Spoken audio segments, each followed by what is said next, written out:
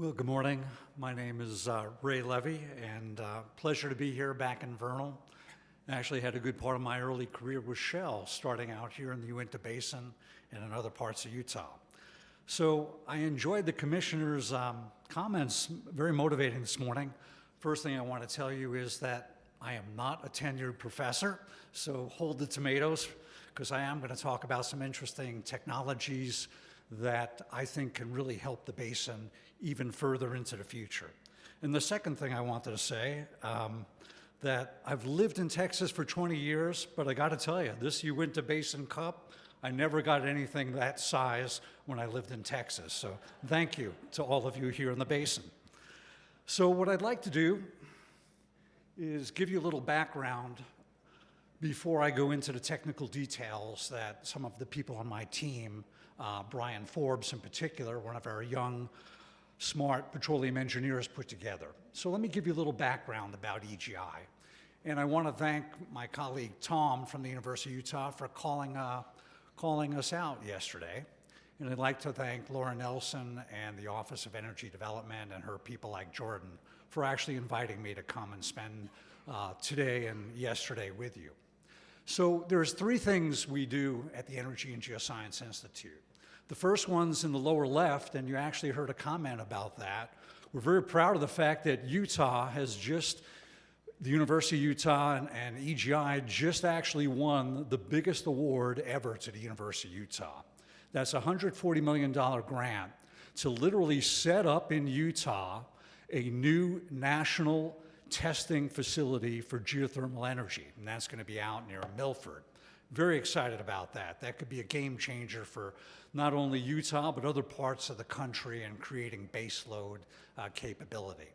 On the lower right, I actually, where it says carbon management, want to tell you there's a whole new future opportunity here in Utah in carbon management. And what we're talking about specifically is CO2 sequestration. And EGI has been heading up one of 7 national partnerships where the federal government is spending over $1 billion to look at 7 different geologic provinces. And EGI and the University of Utah are the scientific lead for an area that covers in the brown on that map. So we even go as far as the Permian Basin of West Texas. But my point being, besides the oil and gas opportunity we have, there's opportunity in the future to capture CO2 before it's vented from the coal plants that we do have, and to actually safely inject it and store it underground. A whole new business opportunity, not to be discussed here today, but something we may want to think about in the future. So while I'm really here today is to tell you about what we do in oil and gas, fossil energy. And I'm not going to tell you what we're doing offshore because we've worked around the world for the last 46 years. We're currently doing a lot of work in the Atlantic margin. But we're going to talk about what are the applications of thinking about these technology breakthroughs here in Utah in the fossil energy onshore, in things like the horizontal and fracking revolution, because it really is a remarkable revolution. I mean, if I was up here 10 years ago and told you that we'd be producing more oil than Saudi Arabia, I think you probably would have carried us off in a straitjacket, and rightly so. That's happening. It's active, it's fact. So we've worked as an institute over the last 46 years in more than 100 countries. And why I mention that is, it's time to bring that experience back to Utah. And we've created an incredible team of people spread not just in Utah, but in Europe, in Asia, and in other places that we have access to with technologies that can affect and impact Utah and the basin. So we're going to talk about one of those very shortly. Give you a little more factoid or histories about us. Our roots go back to President Nixon and Secretary of State Kissinger, when Kissinger actually did come to the earlier versions of EGI at the time when he was the Secretary of State. And there was a reason for that. Now, some of you are too young to remember the 73 oil embargo, but I sure do. I remember my dad having the family car and being in line for an hour or two back on the East Coast just to fill up the car with gas. It's nice not to have to deal with that in most of our lifetimes now. So our roots go back to the first energy shock. We've worked on every continent, including the South Pole. And yes, I know it's under moratorium, but we are looking at what the rock types are beneath the ice, because someday it may be coming out of moratorium. We have built the largest fossil energy consortium in the world, and I'll give you a sense of that in the next slide or two. I already mentioned the next bullet, scientific lead for one of 7 national partnerships to look at what an opportunity might be that comes back to Utah to build new businesses in carbon management. You've already heard us talk about the DOE grant. And I guess I earned my place on the $1 billion club that Rulon Gill has set up for us this afternoon, because our institute has done over $1 billion of research over the lifetime. So if I look at the list of corporations from around the world that our institute's been involved in, I stopped counting at about 160 from the past. That's not counting the 40 plus that we have today. But why I want to mention that is because half of these companies actually have been bought and sold or merged into other companies.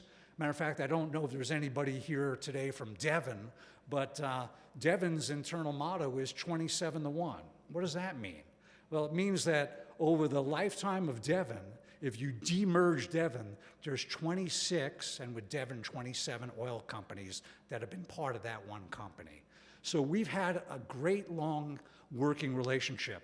And when I looked at that list this morning, I realized that 20 of those companies, including many of them international, used to have a footprint here in Utah.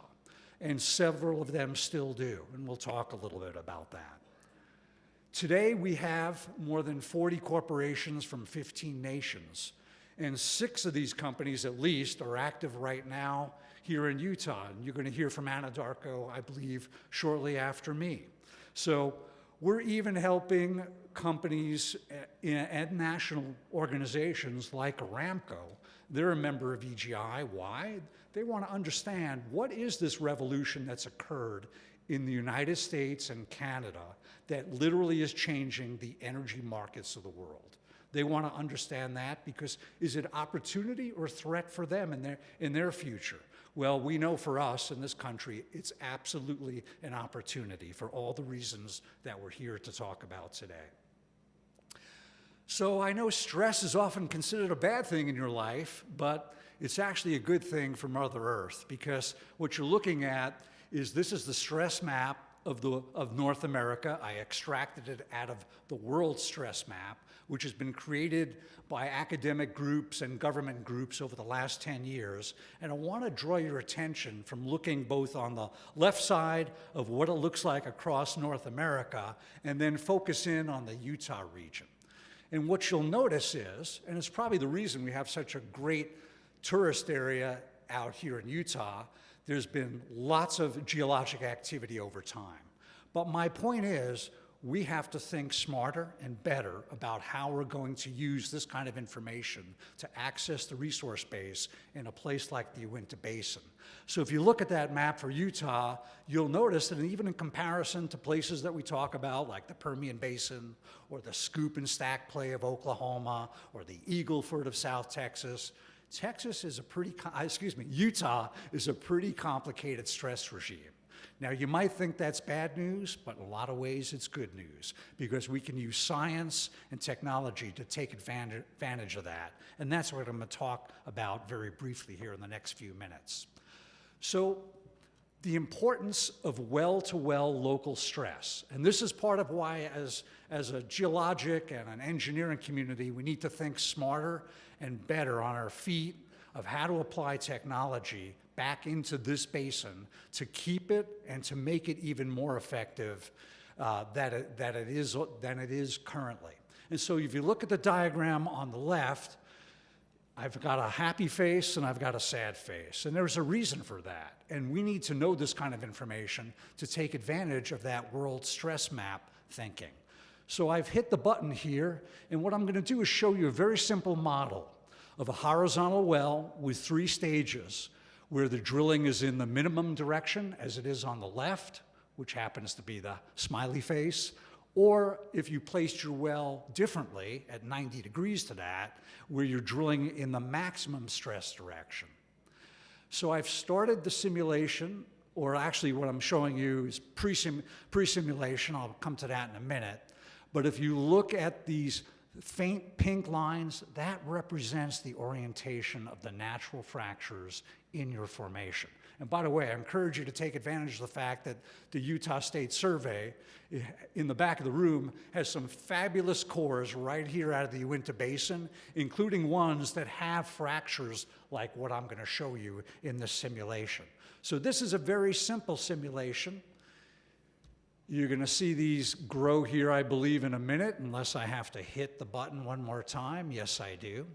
And what you'll notice on this very simple first pass, 3-stage, and we're going to upscale that in a minute, that when you look at the difference between what happens on the left, where you're drilling your well perpendicular to the natural fractures, versus drilling it on the right, where you're more parallel to those natural fractures, what you see is on the left, your growth goes out further from the wellbore. That's exactly what we want.